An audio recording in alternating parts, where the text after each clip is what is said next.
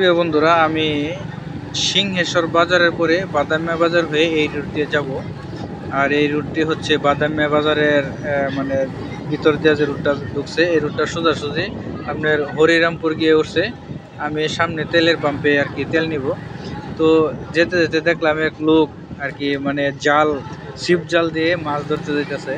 তো এই সময়টা কিন্তু আপনার বড়শি, ছিপ জাল, তারপরে আপনার হচ্ছে জাকি জাল, এই ধরনের মানে জিনিস দিয়ে মাছ ধরে অনেক প্রচুর। তো পিছনের যে বাজারটা এটা আমি কিন্তু দেখাই নাই, এটা হলো বাদামিয়ার বাজার। বর্তমানে এটা মদিনার বাজার আর কি এটাকে নামকরণ হয়েছে। তো যত যাই নামকরণ হোক আর যাই কিছু হোক, মানে যেটা একবার নাম হয়ে যায় তাই সেই নামটাই কিন্তু লোকমুখে প্রচলন থাকে বেশি। যেমন আমাদের এখানে আছে পাগলার মোড়। তো পাগলার মোড়ে আপনি সাইনবোর্ড টানাই দিয়েছে বিসমিল্লার মোড়, কিন্তু বিসমিল্লার মোড় নাম লেখা সত্ত্বেও মানুষে কিন্তু পাগলার মোড়ে বেশি বলে।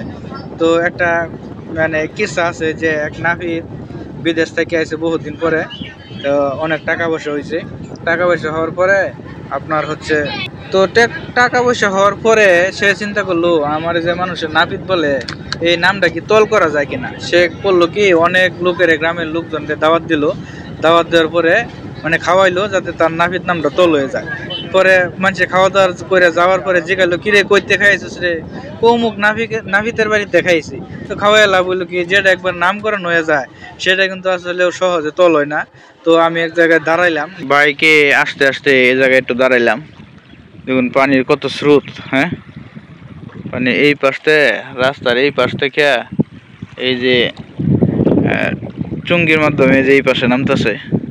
তো আসলেও এই তারিখ মাছ কম, লোকজনের কাছে জিগায় যা বুঝলাম মাছ কম, মাছের পরিমাণ কম।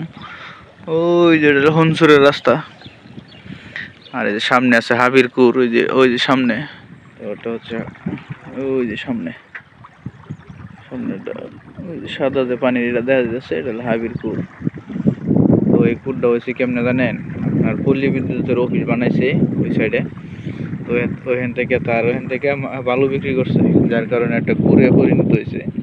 এনে মোটামুটি ভালো রকমের মাছ পাওয়া যায়, বসে শিকারীরা মাছ মারে। তো প্রকৃতি দেখতে খুব ভালোবাসি, খুব ভালো লাগে, নির্মল বাতাস বইতেছে।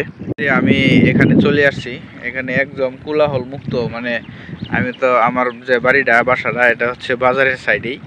তো বাজারের সাইডে কিন্তু মোটামুটি একটা কোলাহল থাকে, এখানে কিন্তু কোনো কোলাহল নাই। সম্পূর্ণ মানে যে কোলাহলটা পাবেন আপনারা এটা হচ্ছে প্রাকৃতিক একটা কোলাহল পাবেন, এছাড়া যান্ত্রিক কোনো কোলাহল নাই এখানে।